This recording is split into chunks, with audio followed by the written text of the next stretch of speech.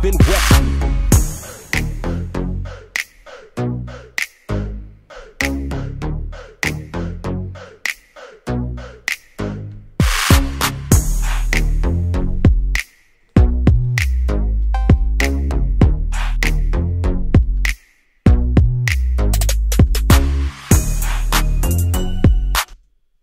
Welcome everybody to the HESN live football show. We are local, we are Ottawa, and we're all about football.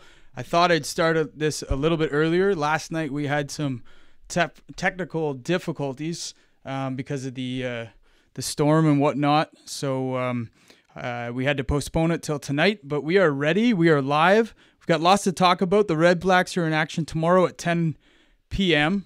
And we've got Midget Big Ten action coming up before the Red Blacks game, so you can get all your local football action going prior to the big Red Blacks game. We're going to be at Minto Field as the Myers Riders midget team, who are have not won a game yet, but are looking to rebound after facing the top number one ranked team in Quebec, the Sun Youth Hornets, last weekend, and now they're going to have to face the up and coming, I think the rising Bel Air Norsemen, and it's going to be a fantastic game. So be sure to check us out. We're probably going to be going live at about 6:45 p.m. tomorrow night, live from Minto Field. And we've got a great show here today. We're going to bring on Justin Howell, number 21 of the Ottawa Red Blacks. He's a former Carleton Ravens. We're going to talk a little bit about a bunch of different things with him, watch a few of his Carleton Ravens highlights. And I just want to mention, too, that the way you can help this podcast or this live show is to make sure that as we're going right now, you share the link on your personal profile. You share it to any pages that you're associated with your club, if you're an administrator on the Facebook pages. And let's not wait any longer. Let's get started, everybody. And we are live with the HESN Live Football Show. It's a local football show. It's about football. Thank you for joining us. I'm going to bring Tyler McLaren in quite a pink tank top. What's going on there? Got to be comfy, man. You know, just put the kids to bed, and I was a little warm. It's a little humid outside, so you know, everyone knows I wear a t-shirt on my head when I film football, so people don't even recognize me without that. So I'm sure they don't mind if I wear a pink tank top.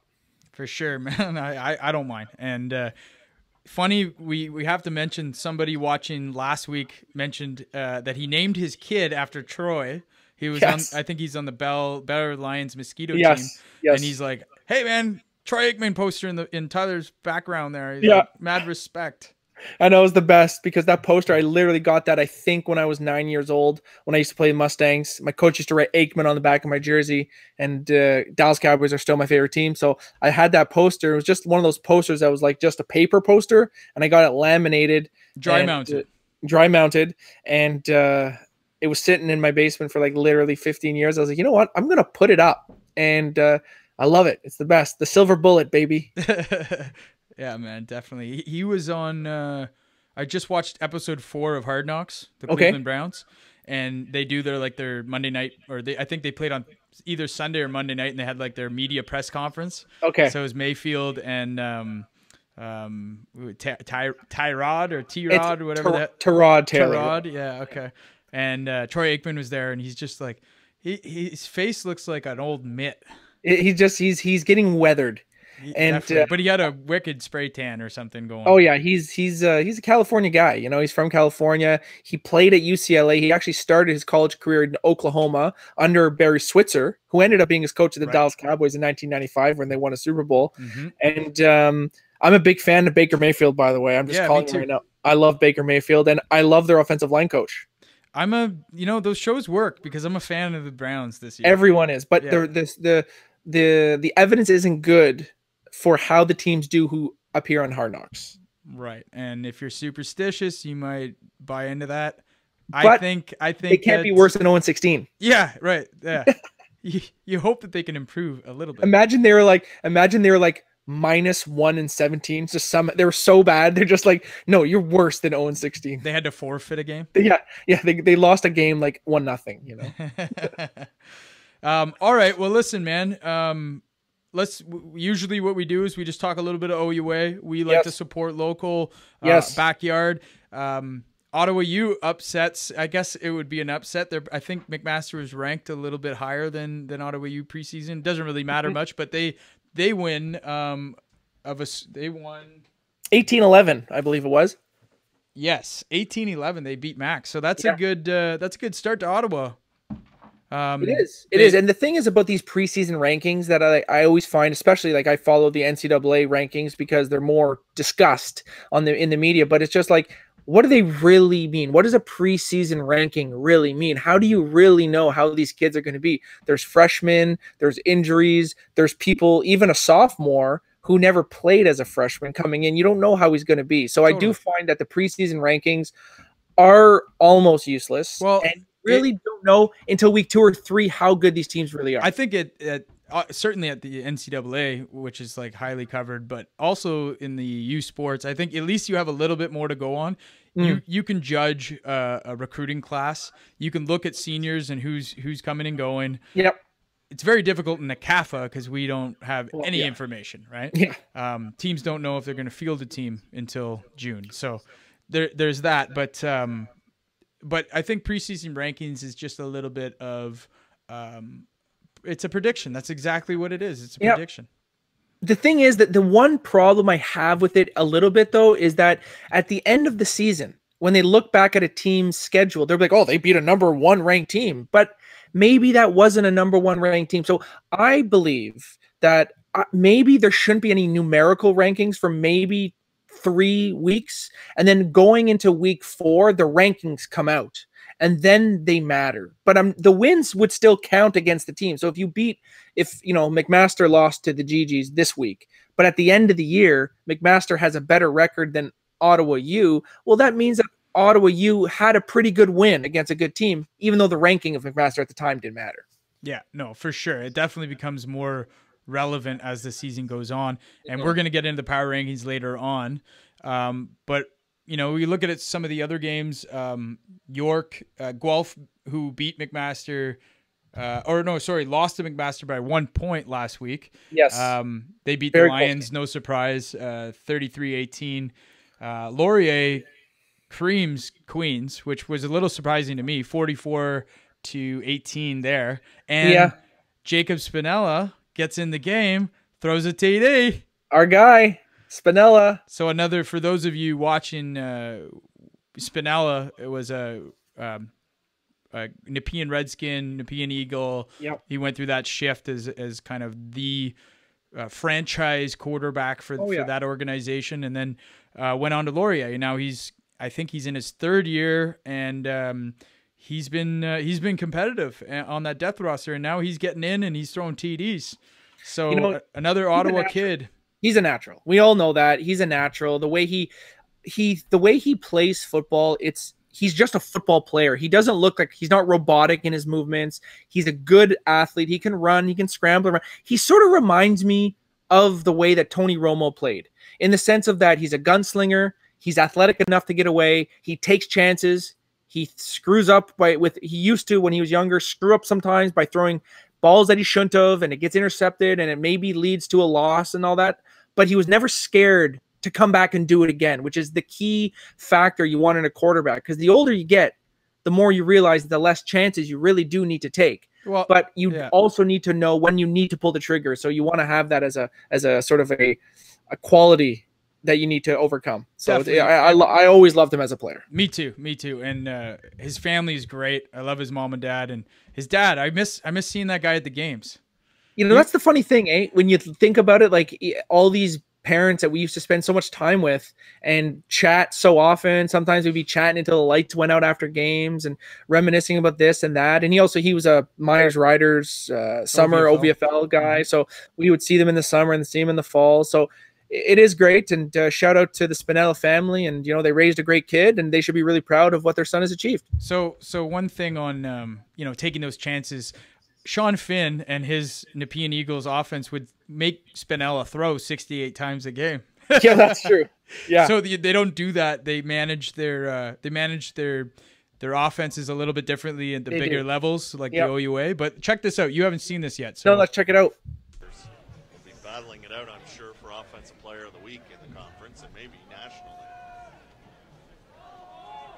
Good throw by Spinella. Nice, strong throw. And look out. Who's number 2? Away he goes. And Esson Hamilton takes it the distance. And the second throw of the season for Jacob Spinella results in a touchdown. And the Golden Hawks increase their lead. This is just so good to see. It is so good. I know they're gonna have a good time this evening, those gentlemen, and celebrating that. That was a nice move by number 2, though.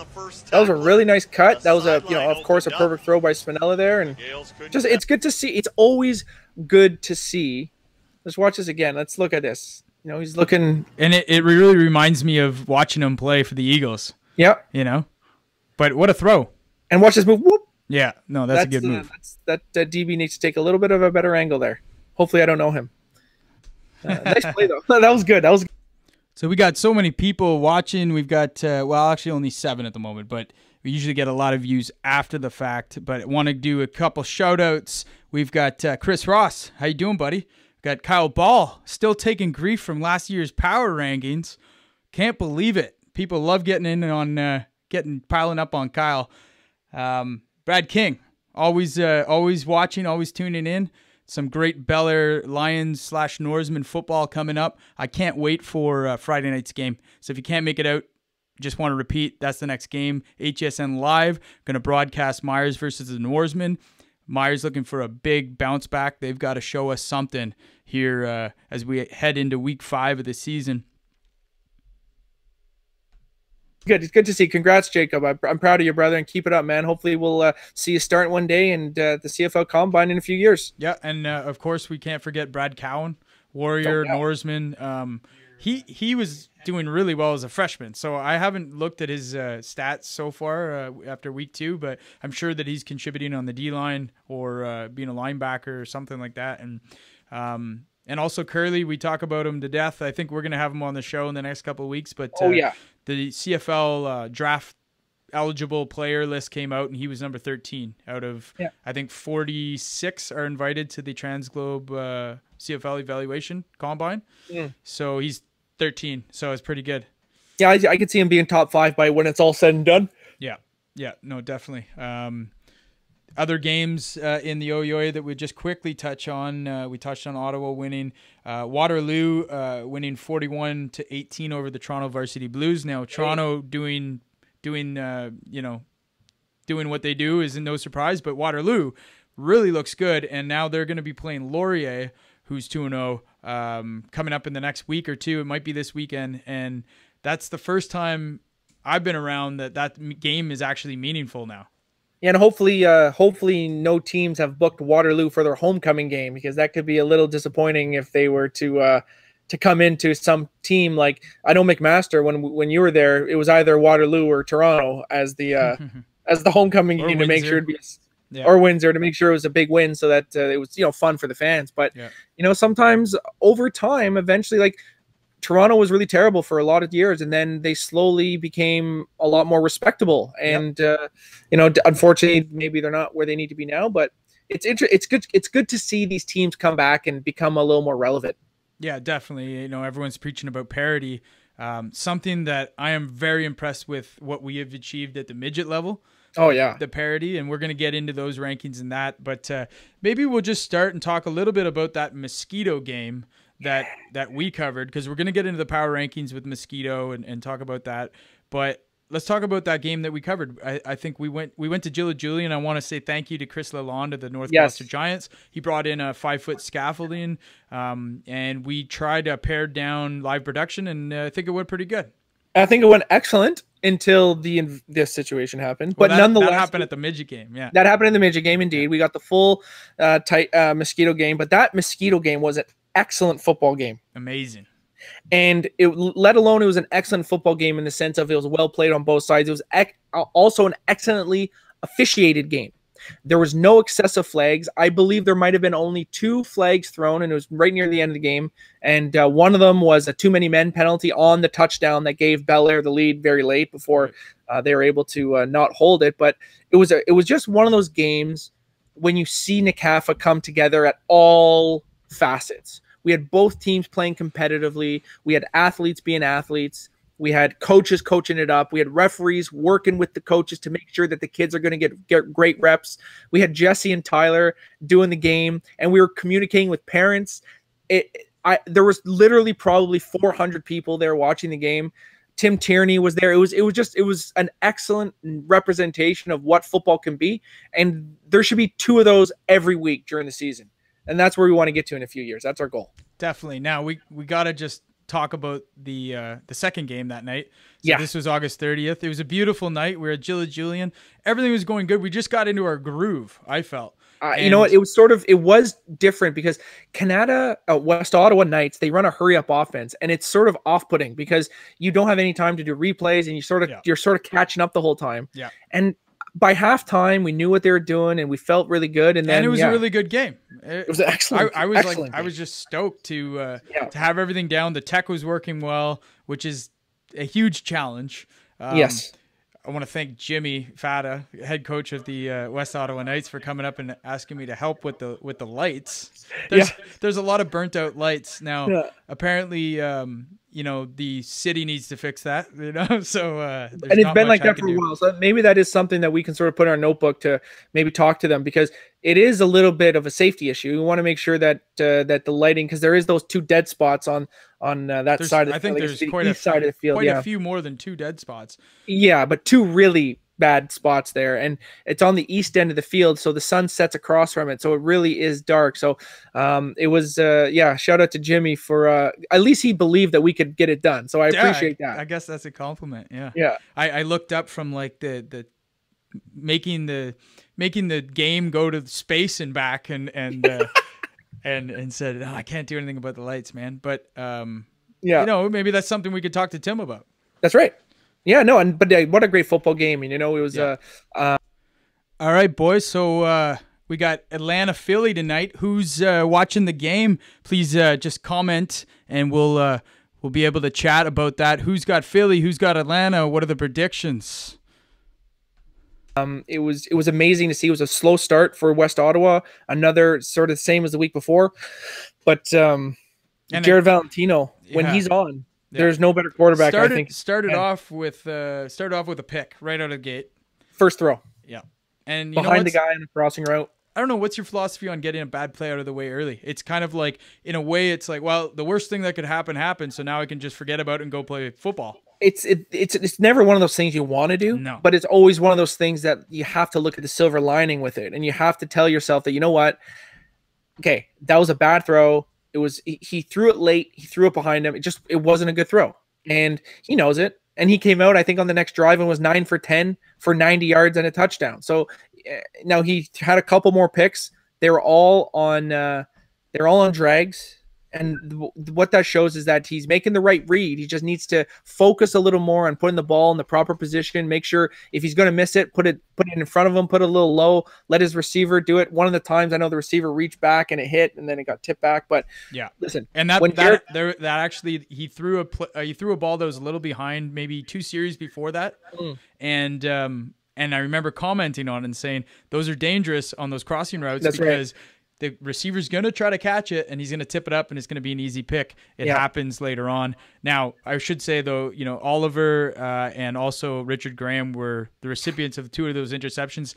Their knowledge of football is so good that they know how to sit in their zones. That's right. And those are the types of plays that those guys are accustomed to making. So I'm not surprised there. But Canada looked good again. I think that can be a closer game if North Gloucester is able to do all the things we talked about last week, which is reduce the amount of penalties. Which they didn't do. Yeah. Don't turn the ball over, which they did. Yeah. So those Giants have a long way to go, I think, still to be in the top 3 or 4 of that Big Ten division.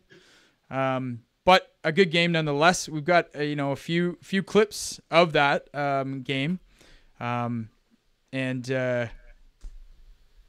in terms of seeing it was a great game. It was just like we talked about. You predicted that the Giants. So there's our scary movie intro there. So we had a light underneath the table, but it kind of created a ghost effect there. But what's amazing about this game is just the I was really impressed. This is the first time I saw the Giants live, and I was super impressed with the amount of talent that they have. They have extremely good athletes. They have people at every position that are able to make plays. We talked about Oliver and Richard Graham at linebacker. Now that was an overthrown ball too. That was going to just not a good play there. And Ferdinand. The quarterback for the Giants is an incredible athlete. He throws a nice ball. He's very athletic. He can run. I don't know how good a quarterback he really is yet. He has all the tools to become a great quarterback. I'm not denying that. I just don't know if quarterback is his position. In my estimation, I would really like to see him play like receiver, because I would like to see the ball in his hands more often. That's Alex Lafleur you're talking about, and I think that he has played receiver. He was a multi-position athlete at Franco Cite last season. Yep. And he was playing a lot of receiver, and he was scoring touchdowns there because he's got the height. Yeah. He's got good hands. Obviously, a great knowledge of the game, but it's hard not to put him at quarterback because he's just this tough SOB. He was. You saw him in this game. He was scrambling. He was under duress the whole time, and he was still finding a way to run outside the pocket, get outside, and get a first down. So this kid's really scrappy. But you're right. He's got to. Like I said before, the team has to limit the amount of opportunities that he's going to throw into danger, and they have to get this running game going. This runner that they had was just a really, really tough kid that was running through the middle, shaking off tackles, but the blocking schemes need to improve for these Giants to go anywhere this season. They're kind of looking a little bit like a peewee team that isn't well coached up. Yeah, and you know what? The other player that I was super impressed with is his number 11 for the Knights. I think his name is Nathan Coleman. He's a wide receiver. I was talking to one of the Carleton scouts who was out scouting the game, and I was telling him that the most impressive player on the Canada Knights offense is this number 11 here, who's caught the touchdown right here. He may not be athletic. I know they have the Ferdinand twins on the team, but this number 11, he's their holder. I think he's their most important receiver. He made a catch in the second half, which we were unable to get because of the technical difficulties. He was able to make a catch over a guy, grab the football over top of the defender. I think, in my estimation, he might be the best wide receiver in the entire Big Ten. I think he's the most skilled wide receiver. He has great hands. His reflexes after the catch, his yak ability is second to none. He has that ability when you catch those outs to stop and sort of wheel back inside, which not every player can do. I'm just so impressed by him, and I would really, really like to see him get the recognition going forward, because he's an impressive athlete and seems like a good guy as well. So maybe a nomination for midget MVP early on. Well, right now I would put him in the short list, because every game I've watched, he's made big plays. I know he had the winning touchdown against Bel Air. It turned out at the time it put them up by 12, but it was a 70-yard touchdown to put them up by 12, and they ended up winning by 4 or 6. And so that play was the big play in the game. So there are so many unbelievable athletes playing in this Big Ten division. And you know what? It's easy for you and I to say that, because this is something that we've been dreaming for 7 years, a good midget system where players can thrive. But when you hear the Carleton scout come in out of nowhere and say, I have never seen talent like this in the midget division since I've been around, that really hits home. And that's something that people need to remember, is that this is the talent level of something that's never been done before in this midget division since maybe 10, 15, 20 years ago, when the likes of Dave Azzi and Jesse Palmer were throwing touchdowns all over and getting recruited to Florida and Bowling Green. You know what I mean? So it's great to see. And I'm excited for Friday night. Definitely. The we talk about what's going on in the midget league. I'm getting messages from players saying, "When's the registration due?" Because I don't want to play a Immaculata. I don't want to play at St. Matt's. This midget league's really making those programs look like Bush. So if we look at what's going on with the division, these new rankings for Week 5 came out today. Not much has changed at 1 and 2, obviously, but Ottawa has moved up right into the top 3. So West Ottawa is up there now. They will be playing LaSalle Warriors next weekend. That will be broadcasted live from Quebec. So we've shared that on the Facebook page. So we want definitely everyone to check them out and support them. The Bel Air Norsemen, with a 17-0 shutout over the Eagles, have kind of snowballed the Eagles into kind of a free fall here on the rankings. And Myers lost to the number 1 team, and the talk right now is and we're going to have a look at the QMFL conference. The talk right now is the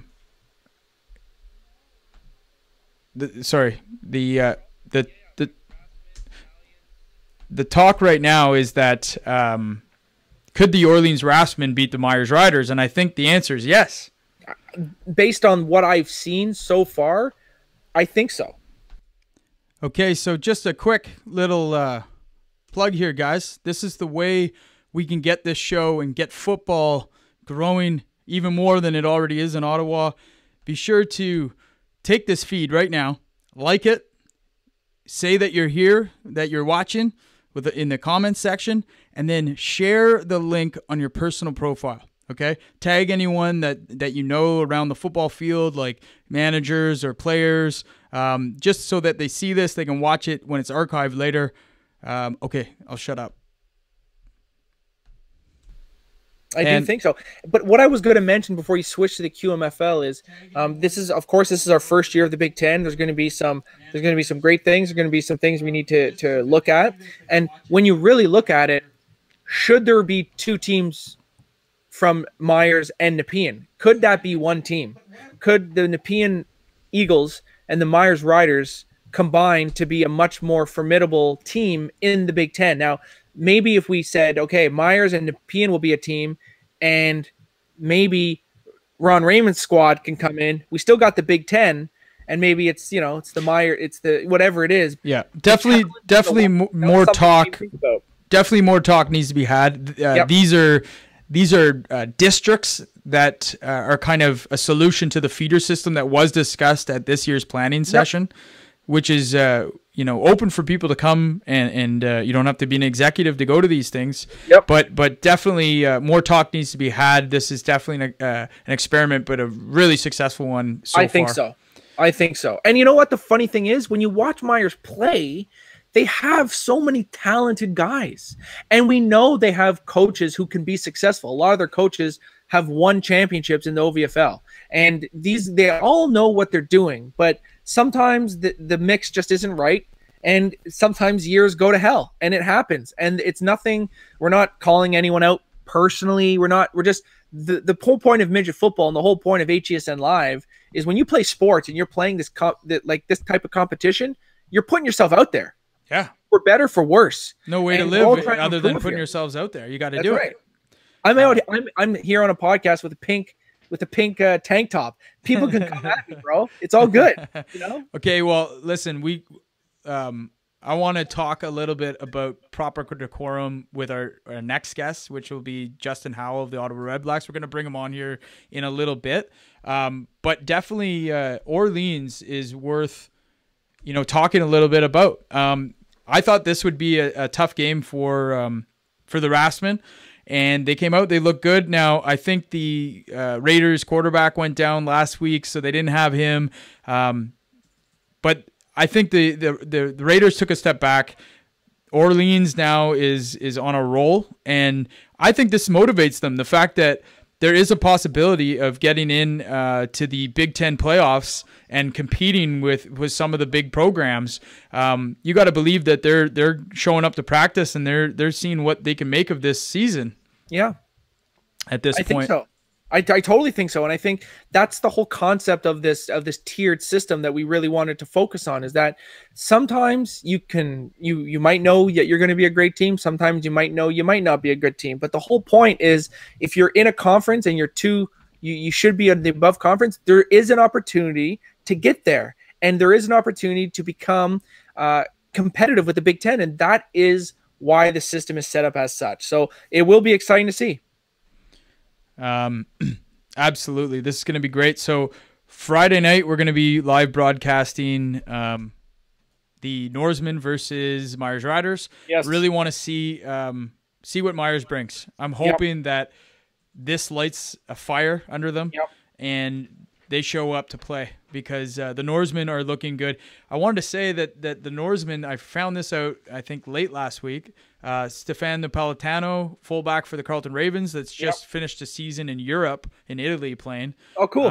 He played in Venice, I believe. Wicked. The city of love. And he fits right in with the last name, like Napolitano. yeah, that's right. So he's coaching there, adding a lot of insight on the O-line and the running backs, the backfield.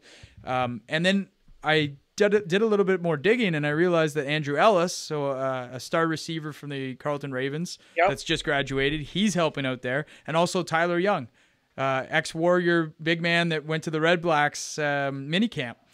All Carleton Ravens guys coming back and contributing to this midget Big Ten Norseman team.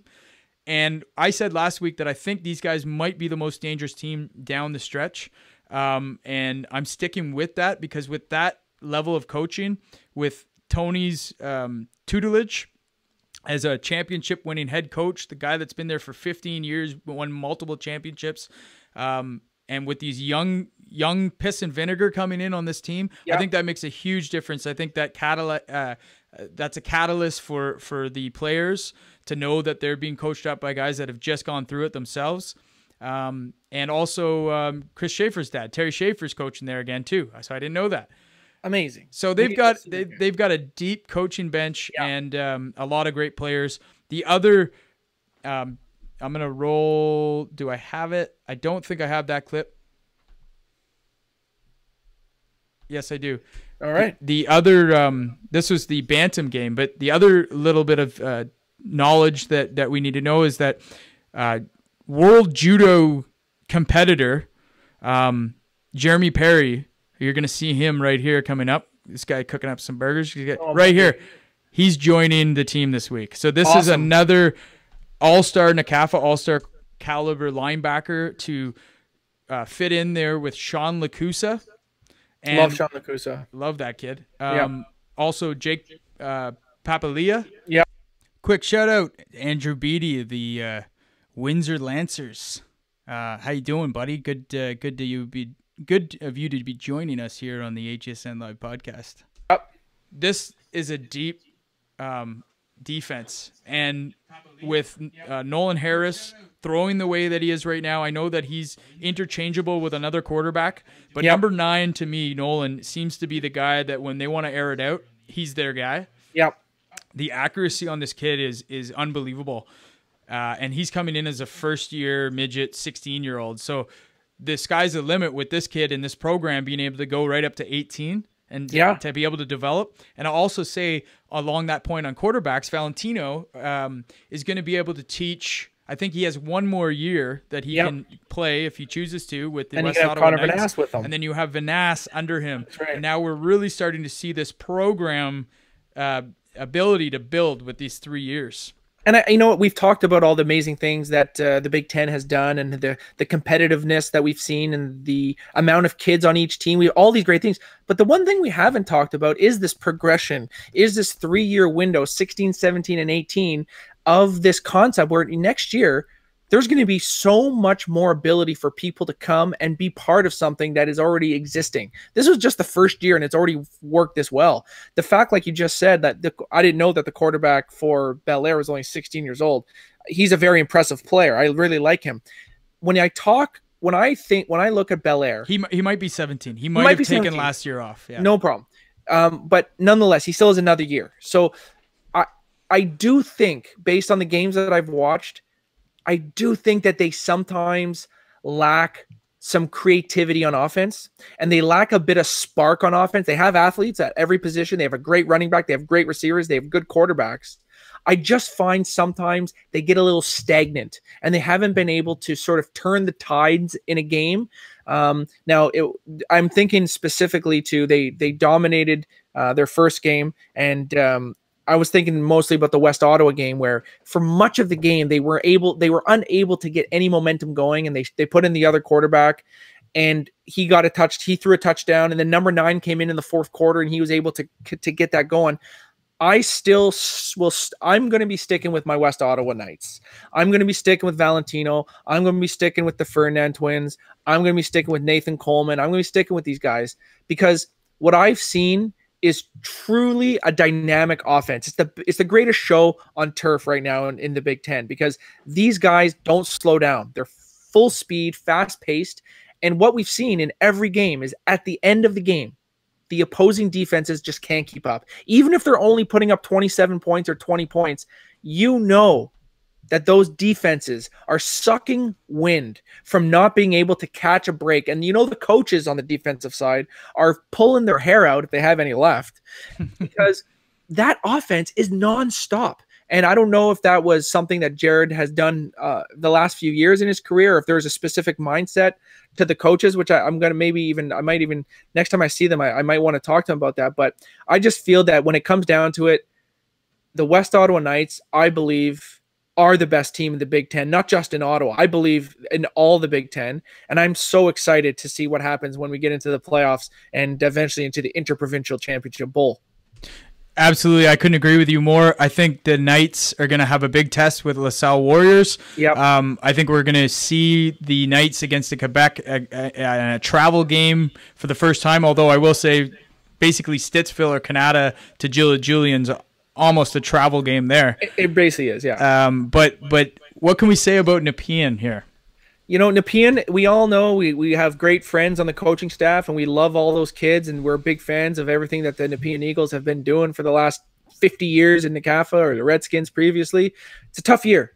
It's a tough year. And, you know, like we just talked about with Myers, it happens, and not everyone can win. And there's 10 teams that are trying to become champions of the Big Ten. And there's only going to be a spot for probably 4 teams to really be truly competitive. And I actually think there's 6 teams here because I think if the Giants can put it together, they have the talent to beat anybody on any given day. Definitely. I think the Giants are the most volatile team in the Big Ten. Yeah. I think the Eagles, if I was the coaches there, I'd be thinking, okay, we really have trouble scoring points. We know we have a good running game with Noah, but it's not enough even with this 4-down football that we have in the midget league. It's gotta hybrid into a more of a dynamic offense to be able to score against some of these defenses that we have. And I think Myers suffers from the same thing right now. They're just a little bit old school, hard nosed, running between the tackles, and it's not going to get it done. Although I will say, now that I think of it, Myers has thrown it quite a bit and aired it out, and that quarterback looked really good last week. They're playing. I think they were playing a very tough team in Sun Youth, and. We'll see what they have against the Norsemen. You know, it's going to be another tough test for them. And you know, there's going to be a bit of bad blood between those teams because you know that these guys either have been teammates. Well, these are Lions kids and Warriors kids. Again, going against Myers. I mean, it's never not emotional. It's not. And you know what? I just hope that the coaching staffs for both Nepean and Myers can do 2 things. Number 1 is don't take it personal. You're not going to win all the time. I know the Myers people are always used to winning, and it's always tough for them when they're not. But you know, you don't get to win all the time. That's why we play sports. It's about being humble. It's about winning with class. It's about losing with class. And I think sometimes in order to learn how to win with class, sometimes you need to learn, you get your butt kicked. And once that happens, I would love to see all these coaches come back next year. I would love to see many of these kids come back and be like, you know what? We're going to go out there. We're going to recruit some kids to come play with us. We're going to go find that extra piece that we need. We're going to take that Myers Rider Bantam player who that could be the next piece. And when we get into this offseason, after we're done all here and November rolls around and Christmas passes after we take a break and everything, and we get back going in the new year, this is why this is the great thing that we now have. We have not maybe full year ability to discuss football, but we have an ability to say, okay, here are the kids coming up. Here are the kids that are here. We know the coaching staff. I would love both these people to sort of retool, reload, and come back and try to correct the wrongs that have happened this year. We have the talent in Ottawa. That's never a question. And now that this league and this foundation is set, we're going to be talking about this all year because it's really, really fun to cover. It is. And now it's fun to coach in it. And if you give the coaches a really good environment, that they're gonna love the coverage, they're gonna like the competition, and the parity's good, then they're gonna be excited to go out and recruit. That's right. And I think you're absolutely right, Tyler. I think we're gonna double the numbers in terms of registration next year. I think so, and we already know that. I remember Ron telling us a couple of weeks ago that there was like 10 kids who were like, "I want to play now," and he had like 48 kids at practice one time a couple weeks ago. Consistently. That's unheard of. We're talking about the white whale. We're talking about the Yeti. It doesn't exist. Well, it's definitely exciting. I can't wait for Friday. You're going to be on the broadcast with me. Oh yeah. We're going to pray for no technical issues and some freak act of God, like a power cord getting severed during our broadcast. Just severed. The funny part is well, I want to talk about this for 2 minutes. So I'm sitting there talking to the Carleton coach at halftime, and he's telling me all these things, like we talked about how impressed he was with the talent, and we're talking about players. And all of a sudden, out of the background, we see like a firework. Like it looked like a firework, and they had fireworks before the game. I was like, oh, it just must have been an old firework that didn't shoot off. And he's like, oh, okay, no problem. And then a minute later, you're like, we got no power. And I'm like, okay, hold on a sec. I run back there, and then the power cable is sparking because the super heavy door that protects the entire equipment, the equipment room, which the door needs to be that heavy. The door to the field house. Door to the field house, and it just accidentally closed when they're coming out at halftime. It was no one's fault. It's a complete mistake. It sucks for them, because they didn't get the second half of the game, and all the fans, because we had the best numbers we've ever had, and we're doing amazing things. Like we talked about, it happens. It's tough luck. Now we know we need to get an extra cable. Yeah. So not to mention, like, reminding people, just don't let that cord fall out of the wall. Make sure you walk around it. Don't trip on it. Yeah. Now we need to also add to the checklist, tell them not to close the big metal door on the cable. Yep. Is there anything else we can think of for next time? You know what? I don't think there is. And the funny part was, we were talking because there were some kids in the game asking us about how you guys do it and what do you guys have to do. And you were telling them, I remember you said, the only way you get better at doing it is by keep screwing up every time. You never know what can go wrong. And but I think we got it all covered. And now I haven't looked at those numbers. Obviously, they'll be affected because the stream went down. But I did notice a few other people, and Jeff Woodhouse, the ex-president of the Giants, was watching, and he was like, hey, what about the second half? So Amy Kirkpatrick at the Canada Knights, she was watching, a bunch of other Knights players. So, like, we're getting these audiences to watch these games from home now. It's a really special thing, and hopefully Friday we're going to blow the numbers out. It's going to be fantastic. I'm really excited, and thank you everybody for tuning in tonight, and we'll look to talk to you guys on Friday night at Minto, at the brand new Minto Field at the Nepean Sportsplex. So I'm gonna let you get on with your night. I know you've got to get the kids ready for school tomorrow, but I'm gonna do a few other things and then invite Justin Howell of the Ottawa Red Blacks to come on and chat with us for a little bit. So I'm gonna let you go now, Tyler. All right, brother. Love you, man. Talk to you guys on Friday. Okay, so next part, we've had somebody reach out on Instagram. Just to let everyone know, if you're on Instagram, follow not only NACAFA, obviously, but HESN Athletics. But we had somebody reach out and say, can you please show this picture of this Canada Knights type player from this past weekend? We had an amazing day at Gatineau at La Carrefour, and want to Harding and Leaf Harding for hosting that event and they had a canteen out, and we had 12 teams compete, And it was just great to see everyone having such a great time.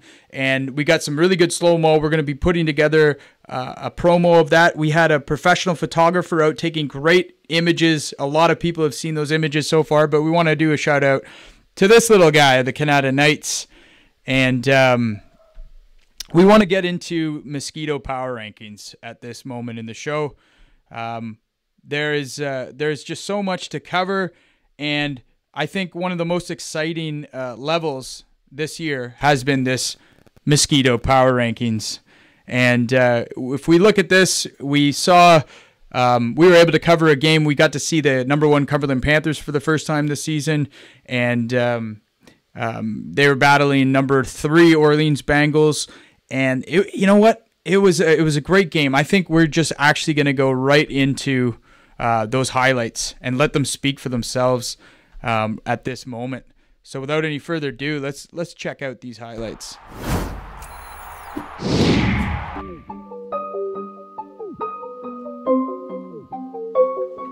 I think we're just actually going to go right into those highlights and let them speak for themselves at this moment. So without any further ado, let's check out these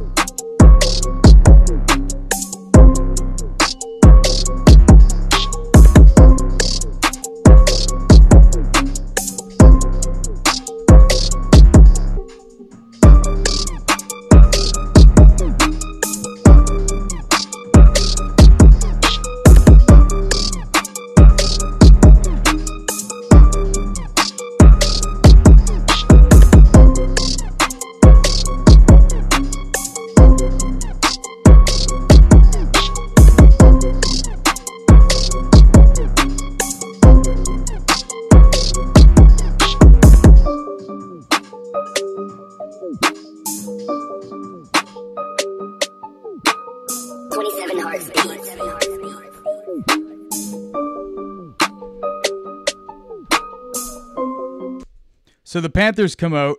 I think the first 3 kickoffs, they recover themselves. It was just complete domination from the start, but very impressed with the Cumberland Panthers quarterback. This guy is going to be a future star in this NCAFA league. It's so exciting watching these kids at this level. We see them in Mosquito or Tyke, and then we they come back on the radar at Bantam.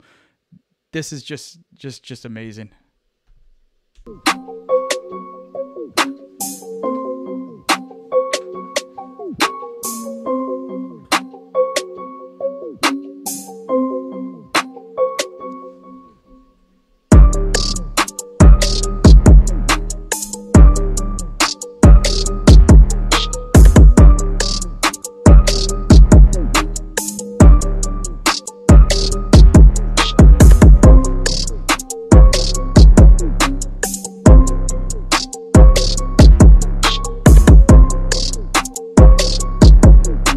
Shiloh McKendy.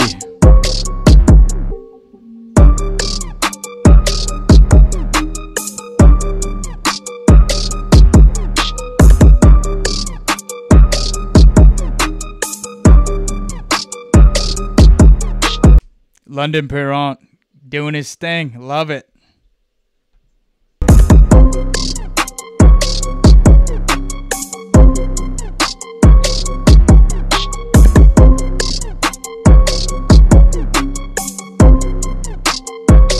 You see that cutback at Mosquito? Unreal.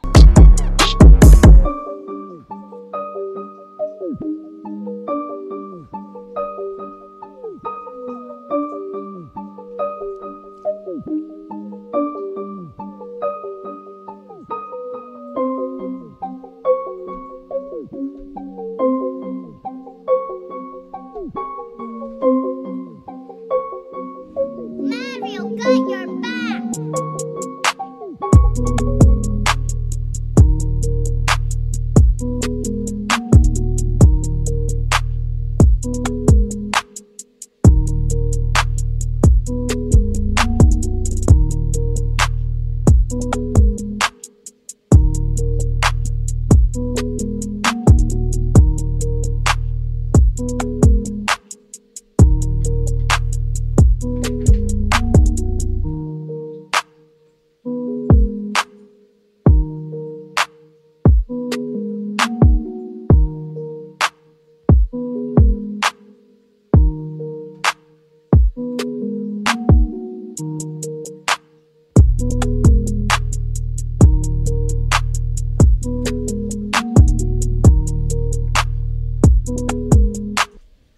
So this week, in terms of Mosquito matchups, it's going to be an awesome week.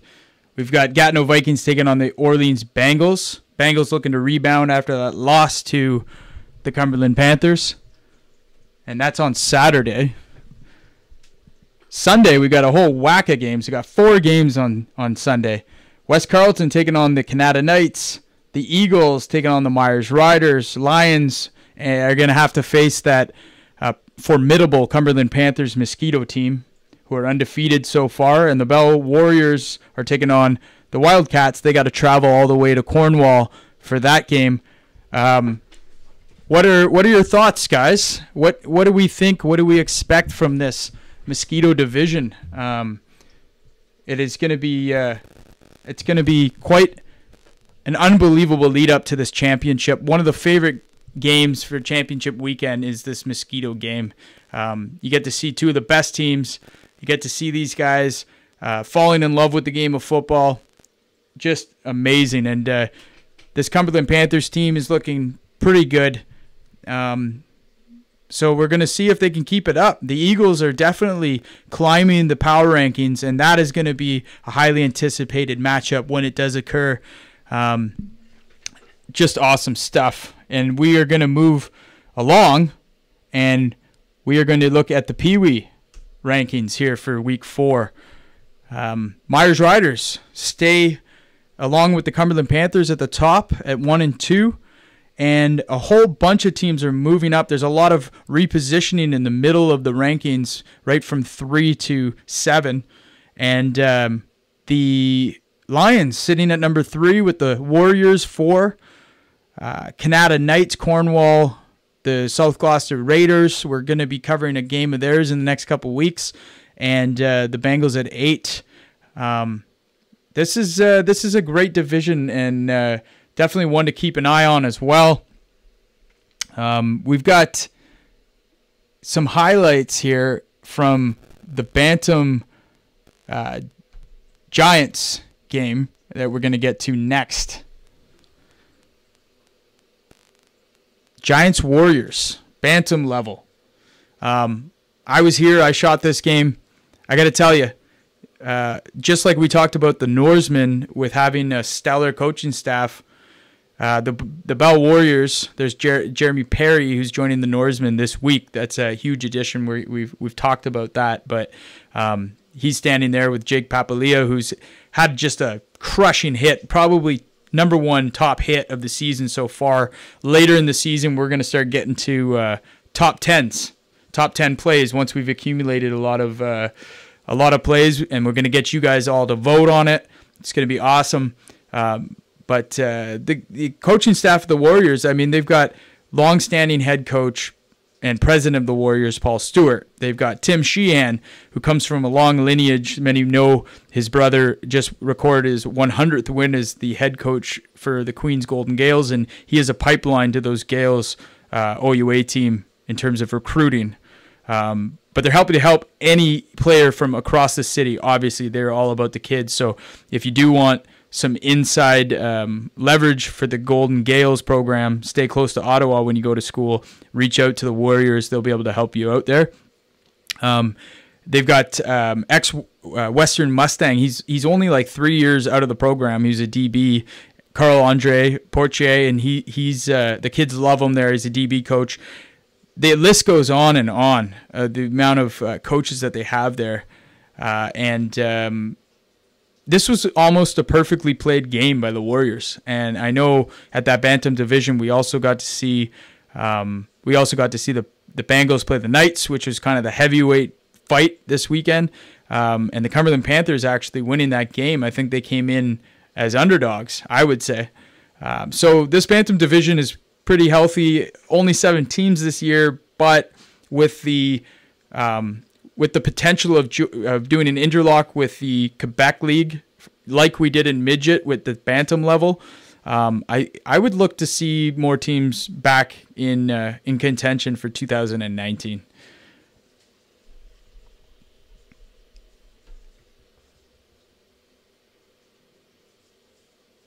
Now, in terms of the Giants, they struggled. They got a long way to go. I would say. I don't know if it's trouble getting people out to practice, or if they've had a light recruiting class and kids moving up to the bantam level, but they just didn't look very good. Now, there was a couple questionable pass interference calls in this game, and I know people were talking online about that. Listen, my opinion is, even if the calls don't go your way, you've got a battle and you can't focus on that stuff. Okay, you can't complain about that stuff. It's going to happen. It's all about how you respond. So it'll be interesting to see how the Giants come out this weekend. Either they're going to accept their fate this season, or they're going to get pissed off and they're going to keep working and get better. We will see. We're going to spin over to the other bantam highlights here, and some important things to talk about in this game. Obviously, this battle of quarterbacks, we've got Zach Colche and Connor Van Ass going at it, which I think are two of the best quarterbacks in this league. And they also played on the Team 613, which is a new initiative in the Spalding Cup that NCAFA has put forward. There's a great picture online that they shared of them as teammates, and now they're going at it here. And this was a great game. It was kind of back and forth, but very impressed with the Cumberland Panthers in this game. The amount of players that they have. Not only Zach throwing the ball and running this offense, but they have Shaw. They have just so many players that can make big time plays and score on offense. Defense looked pretty good too. Here they are kicking a field goal. They didn't get this one here, but this was a really entertaining game. And now with the Warriors kind of putting these two teams on notice with their performance, it's hard to gauge. Is it that the Warriors could be that good this season at bantam, or is it that the Giants are just that bad? I don't know. We will see. I'd be interested. I'd like to get Justin Howell on here. As you know, he's playing tomorrow night in BC with the Red Blacks, but I'd like to see what some of his thoughts are on this big game. Let's switch over to the power rankings for bantam, just to get a perspective on where all the teams sit. The Myers Riders, okay, we haven't seen them this season. I talked about last week that insider info is that this is a very good Myers Riders bantam team. The Panthers overtake the Knights with that win, and they sit at number 2. Canada dropping down to 3, and the Warriors now on the heels of these two teams. And it's going to be tough for the Warriors because the Warriors will face Cumberland and Canada in consecutive weeks. So that I'm sure HESN will prioritize a few of those games. And the Lions taking that tough defeat in week 1 against the Knights are sitting at 5, with the Eagles climbing one spot and the Giants dropping one spot. But those two teams at the bottom are going to have to work hard to clean up and execute some plays and get on the same page as a team, because at this point, the way that certainly what I've seen, Cumberland and Canada and the Warriors now, North Gloucester is going to have to be a lot better to be competitive at the bantam level.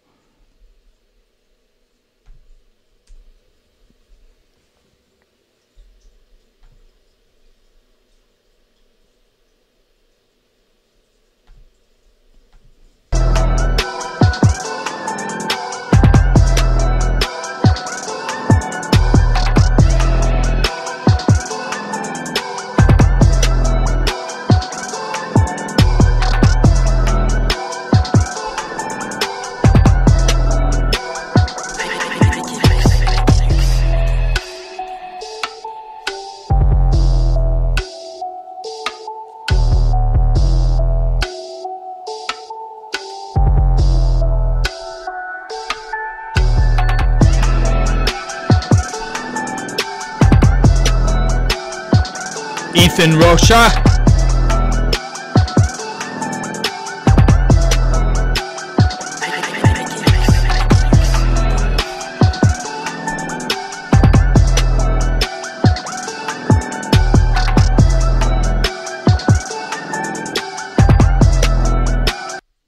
shout out to Jeff Robertshaw, ex-teammate at McMaster, won a Grey Cup with the Montreal Canadiens.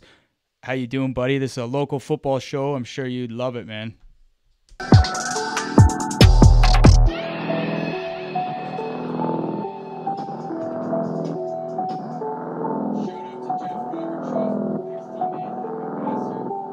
Mesdames et messieurs, vous écoutez une production HESN.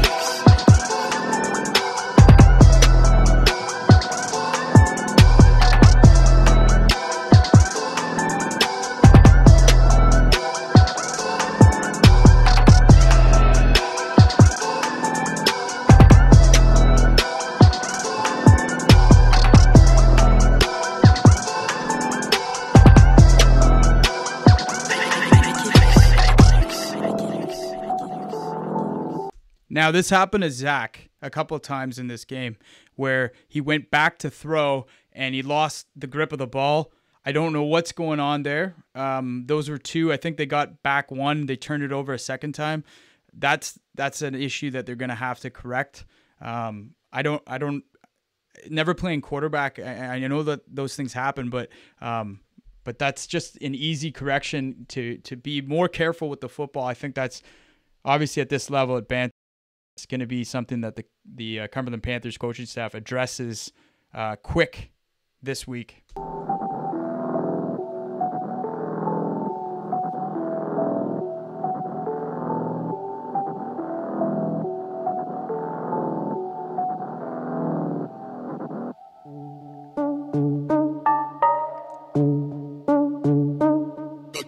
"27 hearts beat."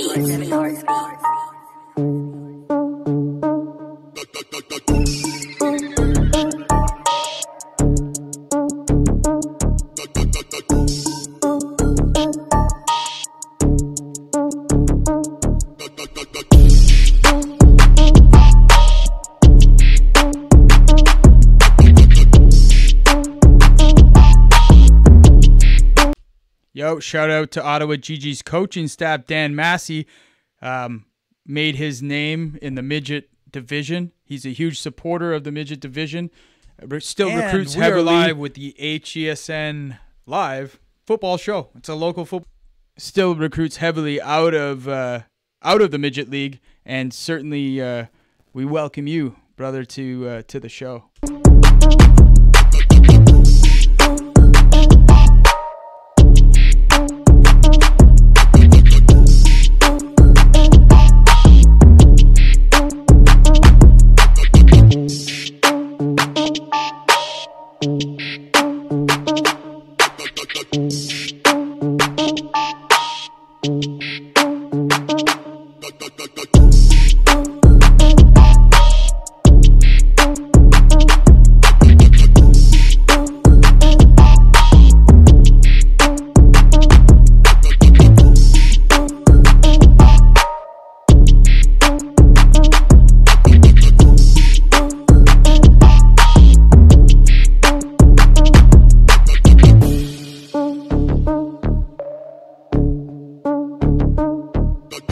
"27 hearts beat."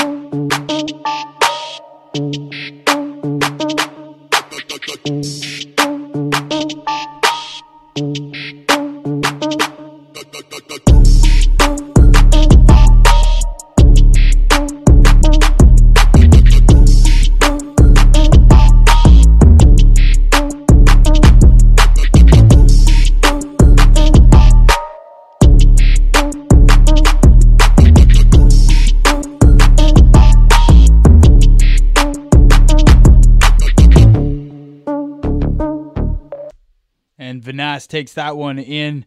It's time for the HESN Live Quick Tip. So in some of the efforts to make the NCAFA Football League and in transitively the same thing of making Ottawa football better is making NCAFA better, because it's one and the same thing. NCAFA is the glue. It is the foundation for all of Ottawa football, if you will. So the quick tip today is I'm around the games, and a lot of people still don't know that we have upgraded the website with a sports engine platform.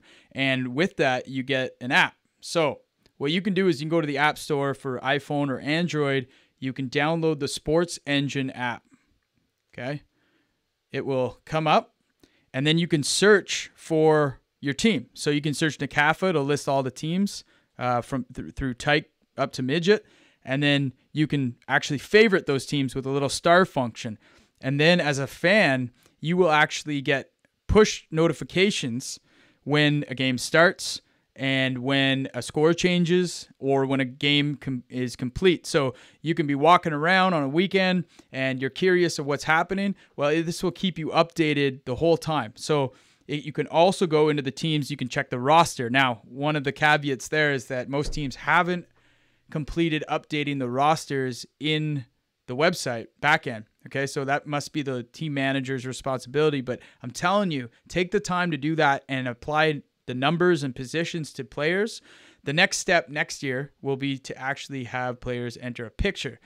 But that will help us understand who is who and help broadcast this great talent that we have in Ottawa, and making sure that our talent stays local with the Ottawa GGs and the Carleton Ravens, because I know that there's been criticism, certainly at the Carleton Ravens, more than the Ottawa GGs, of losing out on great talent locally.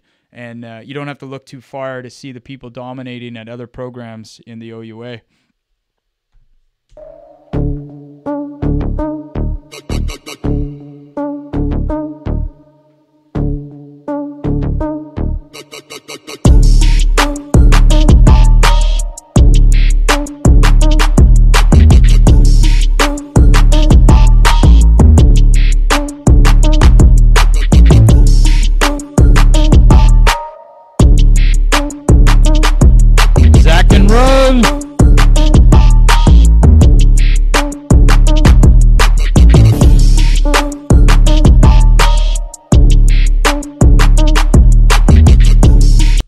Telling you, this midget league next year with some of these Canada kids going up to play for West Ottawa, this team's going to be good for many years.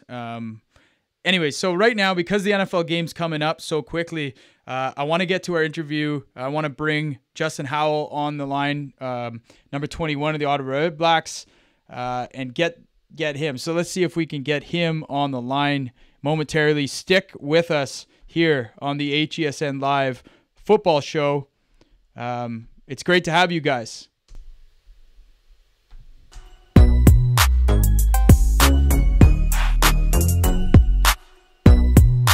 Joined with Justin Howell of the Ottawa Red Blacks, former Carleton Ravens. How you doing, man?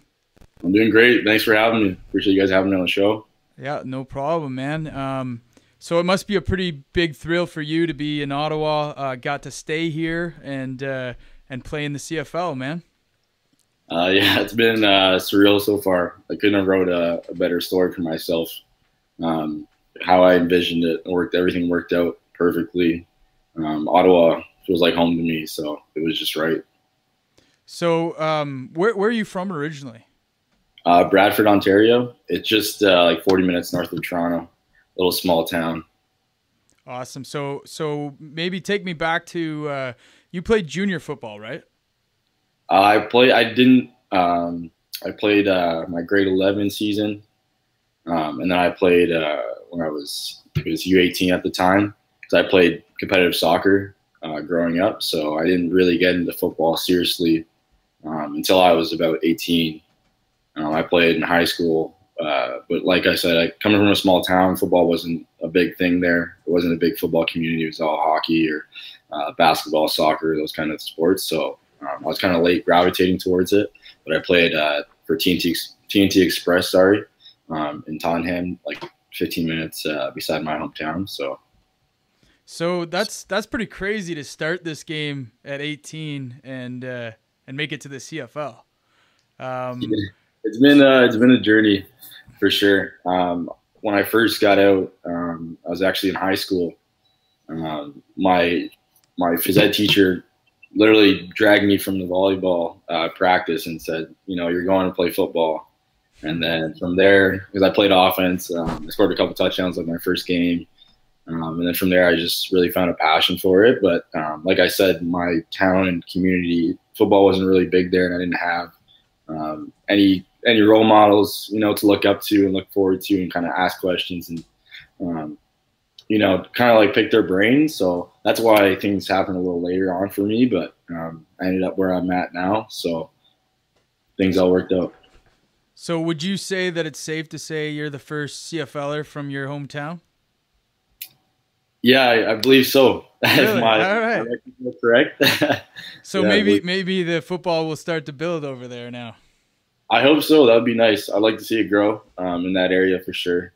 Tottenham, Beaton, all the surrounding towns. It's definitely nice that I can go back and speak to the youth, speak to the kids from that area, and just kind of show anything's possible. Just chase your dreams. For sure. So maybe the other question I have is coming out of high school, why Carleton? And why did you choose to go there when they were just starting?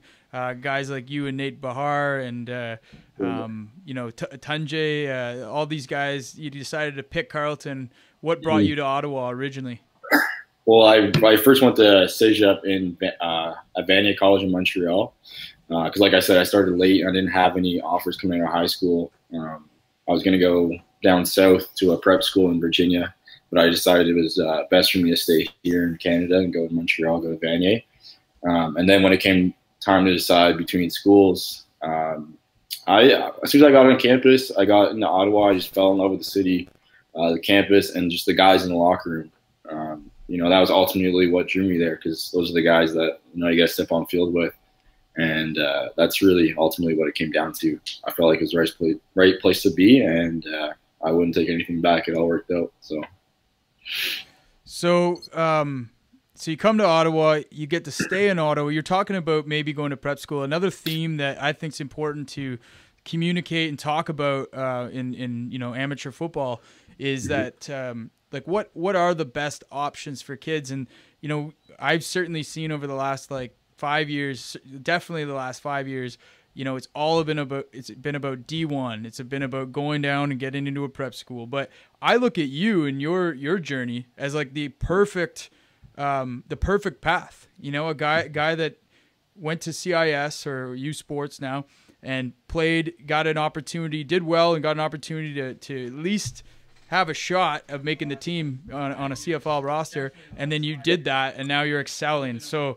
The future's bright for you, but what's your take on that? I'm sure you've seen guys go both ways, but what's your opinion on this? It's definitely a tough one. It's hard being. I think the landscape of football in Canada is changing, but it's not necessarily at the level I think it's going to be in the future. But that being said, everyone's path is different, and everyone has different options and. The way they want to go about things. But I think the most important thing is just do your research. Academically, at the end of the day, you have to go somewhere where, you're going to get a degree and something that has merit and you can set yourself up in the future because football is not going to last forever, right? I think just doing your research and really having faith and trusting where you're going. And then from there, wherever you go, just whether you want to play pro football after or pursue more education, just make sure that they have the right tools in place for you to do that. And that's kind of how I ended up going to Carleton as well, because all the facilities and coaching staff and all that. And I saw that as an opportunity to better myself as a player and as a person, and then eventually get to the next level, which I'm doing now. And I just kind of soaked up all the resources that were there available to me, and it worked out for me. So really, I think at the end of the day, just do your research on everything, ask a bunch of questions, and whatever you feel is right in your heart, go and do it 110%. Good advice from Justin Howell. So I got to also talk to you about, you're wearing number 21. You're wearing Primetime's number, man. What was that like to get 21 and, put that number on for the Red Blacks? It's funny because that was the number I actually originally asked for when I came to Carleton. but I didn't end up getting it. And I haven't picked my personal jersey since high school. Even when going to Vanier, I didn't get a jersey choice. I kind of just went with what was available. So after like we made the team and everything, I went to the guys and asked if I could change. So it was definitely nice, and it's been one of my favorite members since growing up. And LT was my favorite player. That's how I got into football. I started watching it, just how he ran the ball and the type of player he was. So I thought it was right to pick 21. Nice. Okay, so I've never actually watched your full highlights, so we're gonna bring these up from Carleton, and just have a look at the type of player that you were with the Ravens. You can see that all right, eh? Yeah, no, we're good. So the other quick shout out to Paul Stewart. Practice is finished. Welcome to the show. We are just talking with Justin Howell of the Ottawa Red Blacks. Question is, now that you're kind of one of the the first wave of guys that have graduated the Carleton program, made it to the pros, are you guys still all pretty tight? Oh, definitely. We have a group chat and a Facebook group and all that. We keep in touch regularly. I text quite a few of the guys on a pretty consistent basis just to keep tabs and see how everyone's doing. So that's that bond is definitely still there, and I think it's going to be there for a long time. So, like we say, committed for life, right? That's awesome to hear, man. And lots of special team stuff. Obviously, I grabbed this from YouTube, so this is your CFL draft, promotional video, which is obviously they're looking for you and what you can do on special teams. I'm sure that's what you're doing a lot of in Ottawa right now. Is that right? Yeah, that's correct. For me, going into this process, Steve Samara is a big help, just kind of suggesting things as far as what teams look at and whatnot. So that's why I put a lot of specials tape in there just to show, my range of diversity as a player, and I could do a multitude of things. On defense or special teams or whatever it was. I just wanted to show teams that's the kind of player I am. So you're playing a little bit of corner there. Yeah, exactly. So I've been all over the field, and that's kind of the approach I take now with the Red Blacks is whatever they need. Really, I was kind of that utility knife at Carleton for the guys, and that's what I plan on doing for the rest of my career. It's just whatever a team needs, that's what I'll do. So that's definitely a good approach, man. It's good to be versatile, and when a team needs something from a guy that has some experience in different positions, got to be pretty valuable. So as we watch this, I'm curious. We want to talk a little bit about your approach to trash talking. Are you a trash talker? Have you ever been a trash talker? Maybe if you were, you probably aren't as much right now, being a rookie in the CFL. Actually, what's your style, man? Yeah, I'm not gonna lie. I definitely chirp a bit. I'm pretty nice off the field. Once I get on there, I'm a bit chippy. But I mean, I keep everything respectful in between the lines, right? Because at the end of the day, it's a respect thing. It's such a physical, tough game to play. So you never want to go and, be disrespecting anyone or being outside with comments and stuff like that. But you want to play hard between the whistle, and I like to play with an edge. So I definitely don't think there's anything wrong with that as long as you're keeping it within the boundaries and keeping everything respectful. So. Yeah, no, I agree. I always felt that it took me a long time to find an edge, but when I was in university playing, I found that if I could get somebody mad or kind of get on their nerves a bit, I thought I was going to bring their best out. And I always felt that, instead of shying away from like the competition, why don't we just bring it right to you right away? So that's what I used it. But I'm going to play you a little segment here, because what I've noticed in the league is maybe younger players not knowing when to do it or how to do it right. Right. So I'm just going to show you a little bit of some clips from the past weekend and maybe just get your comment on it. So this is the last play of a 14, 15-year-old division, Bantam in Ottawa. Bell Warriors intercept the pass from the North Gloucester Giants. He takes it down. The game's over. and a little bit of that. What's your thinking on that? I mean, that's a big play. You can't get mad at a kid for having some emotion and passion. It's a passionate game. I mean, if you can't play with passion and emotion, I don't know how you're going to perform, right? So I just think there's definitely a line. Be respectful and have sportsmanship, but you want to celebrate. You want to have fun with your teammates, but just, you got to keep it to a respectful manner. Sorry. For sure. And what I would recommend is right when the play ends and you're getting up off the ground, always walk back to your huddle a little bit, because the ref will probably pass you. You know what I mean? There's the tricks of the trade, the game inside the game. There's a difference, right? If you're going to celebrate with your teammates, that's a big difference than going to, taunting a guy or going to step over a guy or do, something like that. So refs definitely watch for that, and it's just a respect thing. Go have fun with your teammates. You just worked hard, celebrate that. There's no need to go and do all that extra stuff, right? Yeah. Okay, I got one more for you here. No worries. A nice pass defended, and then a little bit of that. I think you're just mad. He got flagged for that. Did he? Because you're right in the face like this. Yeah. No, that, I mean, yeah, like I said, it's a fine line, but it's better to be smart and go celebrate with your teammates or whatever it is, right? So at the end of the day, you don't want to hurt your team and cost them a penalty, more yards and stuff like that. So just next play. Right. That's football. You got to have a short-term memory, and it's always about the next play, right? So I take it that was the attitude of Samara and Beachamanis, was celebrate with your guys, but if it costs us 15 yards, like, that's a problem.